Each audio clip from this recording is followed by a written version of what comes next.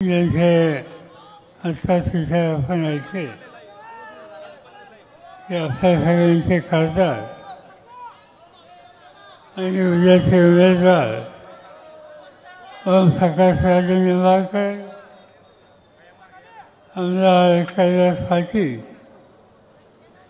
या ठिकाणी उपस्थित असलेले आमचे ज्येष्ठ सरकारी जीवनरावजी गोरे, राहुल मोते, प्रतापसिंह पाटील, संजय दुर्गावकर, अशोकराव जगदाळे, धीरज पाटील, संजय निंबाळकर, सक्षणाताई सरगार, अप्पासाहेब पाटील, अविनाश चव्हाण, विश्वास शिंदे, अजित फाटके पाटील, संग्राम गाडगे, मुकुंददादा जोगे, अशोक भाऊ मगर, राहुल वकाले, राहुल खपसे, डॉक्टर शहाफुलकर आणि अन्य सगळे सरकारी आणि हजारोच्या संख्येनं उपस्थित असलेले तुम्ही सगळे बहीणभाऊ, देशाच्या लोकसभेची निवडणूक आली आणि या निवडणुकीमध्ये जी काही स्थिती आहे देशाची ती तुमच्याबरोबर मांडावी या हेतून आज मी या ठिकाणी आलो. गेले काही दिवस महाराष्ट्राच्या जिल्ह्यात जायचा प्रयत्न माझा आहे. सातारला गेलो, पुण्याला गेलो, सोलापूर जिल्ह्यात गेलो, जळगाव जिल्ह्यात गेलो, नाशिक जिल्ह्यात गेलो, अहमदनगर जिल्ह्यात गेलो, जालन्यामध्ये गेलो, औरंगाबादला गेलो, परभणीला गेलो आणि आज धाराशिवमध्ये उभा आहे.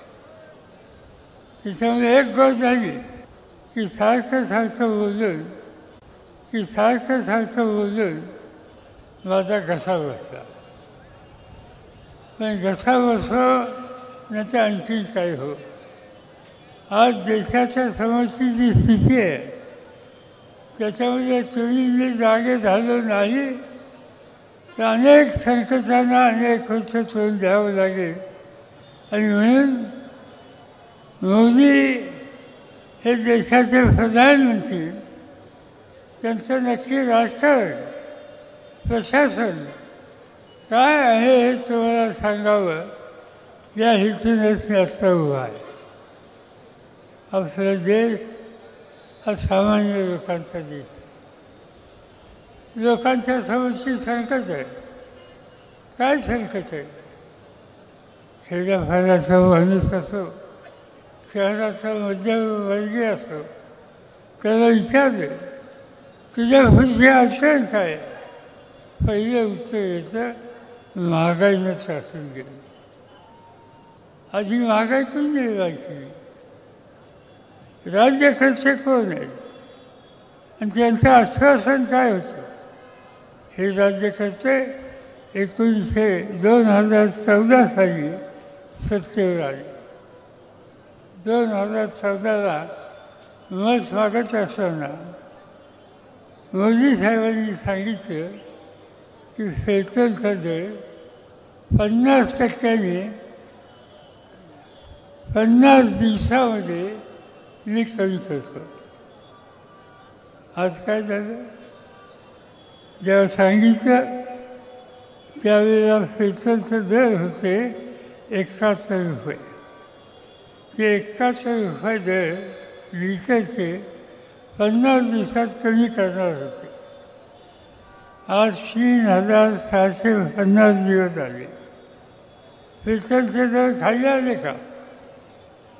आज पेट्रोलचा दर एका लिटरला 106 झाला.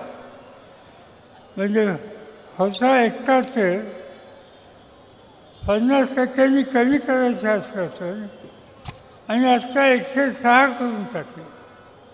पेट्रोल वाढलं, प्रवास वाढत असतो, पेट्रोल वाढलं तर शेतकऱ्याचा शेतीचा माल विकायला न्यायचं म्हणलं तर त्याचा ओझा वाढतो. बनल्याच्या नंतर घरखर्च वाढतो आणि महागाची ही झळ सामान्य माणसाला अधिक बसायला लागते. एक झालं पेट्रोल. अनेकांच्या घरामध्ये आज दिवशीला गॅसचं सिलेंडर आहे.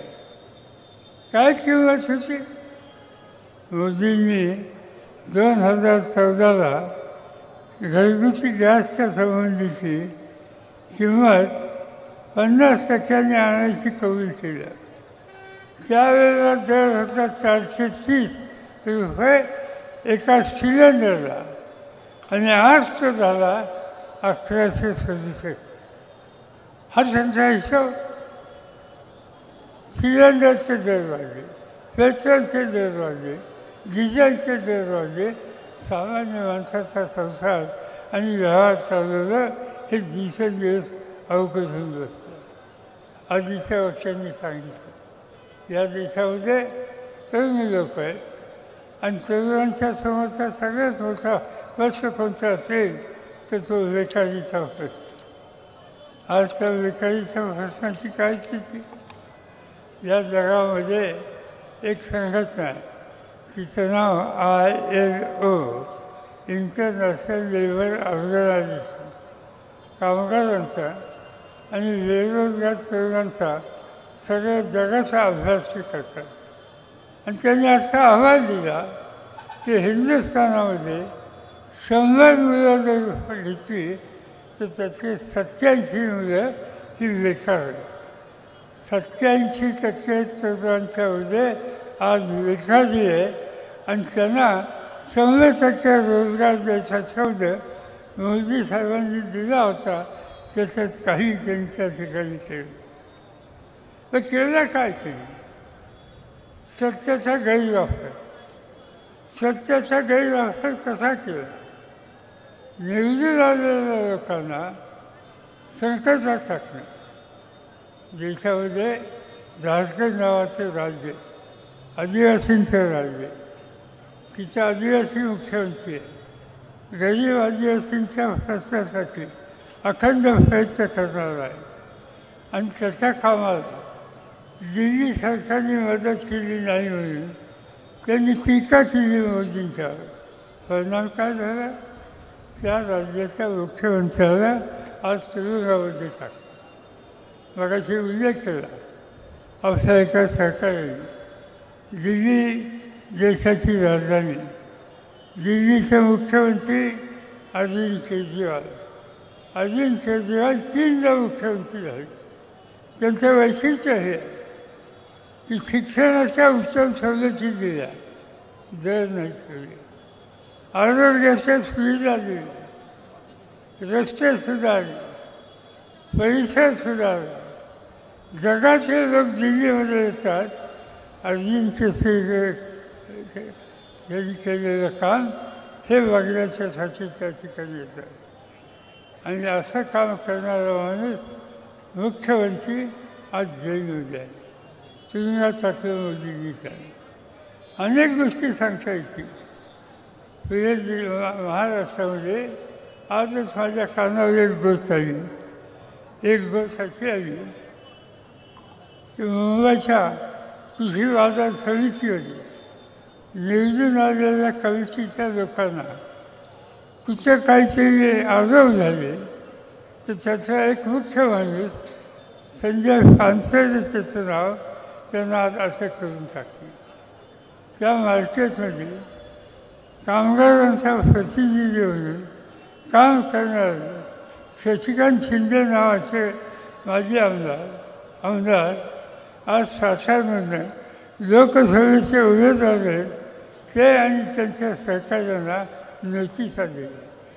निवडणूक चालू असताना लोकप्रतिनिधी असलेल्या व्यक्तीला आज नोटिसा देतात, त्यांना अटक करण्याची दमदाटी देतात. याचा अर्थ स्वच्छ आहे की सत्याचा गैरवापर करणं एवढं एक पहिली काम आज या देशाचे प्रधानमंत्री करत आहेत.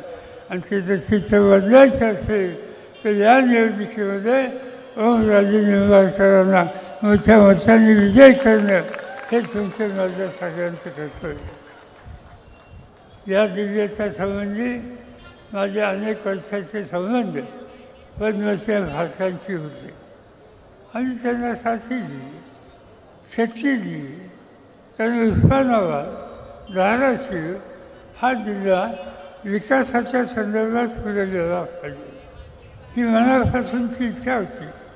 पदं दिली, महत्त्वाचे अधिकार दिले आणि हे सगळं केल्याच्या नंतर आज मी इथं आल्यापासून ऐकतोय की जे कोणत्या पद्धतीनं या जिल्ह्यामध्ये राजकारण चालू आहे आणि कोणत्या पद्धतीनं त्यांनी विकास केला.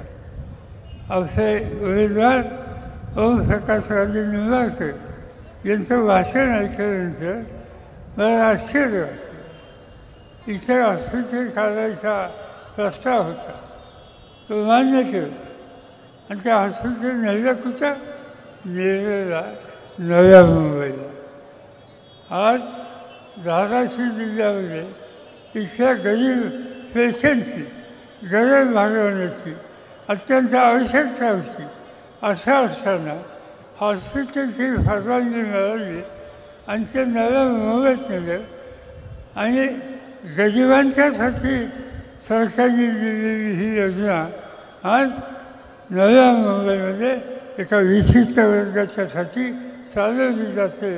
याचा अर्थ ज्या धाराशिव जिल्ह्याने शक्ती दिली, मोठं केलं, त्यांना न्याय द्यायचा नाही आणि न्याय द्यायचा ज्याचा आपला कवलीचा संबंध आहे अशा ठिकाणच्या लोकांना सुविधा देण्याच्या संबंधीचं काम त्या हॉस्पिटलच्या मार्फत आज त्यांच्या ठिकाणी केलं.